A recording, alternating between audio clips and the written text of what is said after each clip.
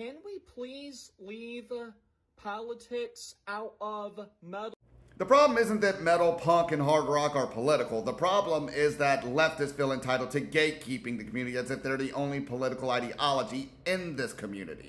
Alice Cooper was the son of a preacher, and to this day is a very devoutly Christian and conservative man. Of course, famously, he doesn't like to talk about politics or use his platform to push his political ideology. But from that same era of hard rock, you also have Ted Nugent. Now, I'm not a big fan of his hyper-conservative rhetoric, but just goes to show there's always been conservatives in this community. And I've also had leftists try to argue that Motorhead's 1916 or Megadeth's Holy War are anti-war anthems, and therefore these bands are leftist. No, leftists are not the only ones who oppose war. In fact, there's an argument to be made that y'all aren't exactly anti-war at all. Y'all have been perfectly okay with funding and aiding Ukraine over the last couple of years. How is that anti-war? Y'all have also been arguing that America stops funding Israel, which is all well and good, but you also want America to switch sides and start funding Palestine.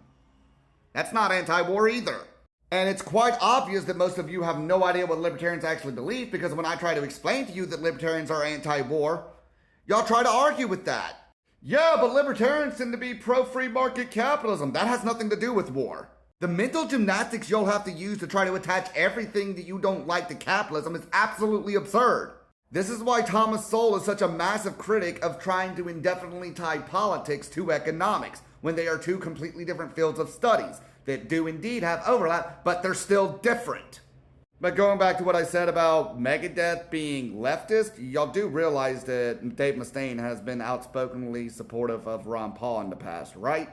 Dave Mustaine very much falls in line with libertarian ideology. In fact, that's why Megadeth is such a popular band among libertarians.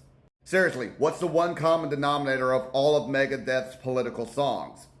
They don't like the government, they don't trust the government. Yeah, Megadeth is quite clearly libertarian, not leftist.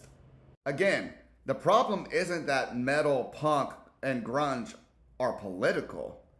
The problem is that leftists feel entitled to gatekeeping this community from anyone they disagree with.